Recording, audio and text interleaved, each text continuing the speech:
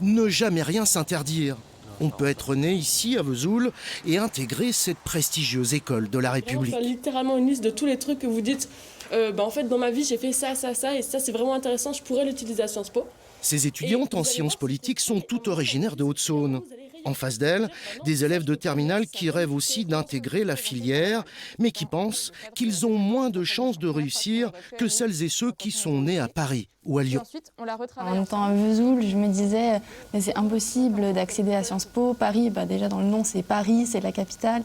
Enfin, on est une toute petite ville de province et c'est grâce à cette association où je me suis dit, en fait, si, c'est possible. Tu ne vaux pas moins que quelqu'un qui vient de Paris. Tu peux apporter quelque chose aussi et tu as des qualités que peut-être eux n'auront pas. Ça peut être un facteur de frein, un frein à pouvoir postuler, à se dire, c'est pas parce que je viens d'un territoire plutôt isolé que je ne suis pas capable. Et c'est pour ça d'ailleurs qu'on se rapproche d'associations comme ça. Ce soir, on se retrouve en live pour parler des doubles diplômes.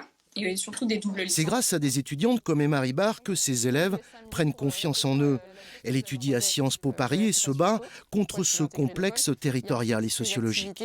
On se rend bien compte que certains ont peur. Ils pensent que les études supérieures sont trop loin, trop chères. Et la deuxième chose, c'est qu'on ne veut pas les encourager à fuir la Haute-Saône et à ne pas en être fiers. Donc on a vraiment, cet aspect de valorisation de notre département pour leur montrer qu'il y a plein de choses à faire et qu'après ces études qu'ils vont partir faire ailleurs, ils peuvent éventuellement revenir et s'intéresser aux entreprises du département. Le travail de ces étudiants haut-saônois ne se limite pas à Sciences Po.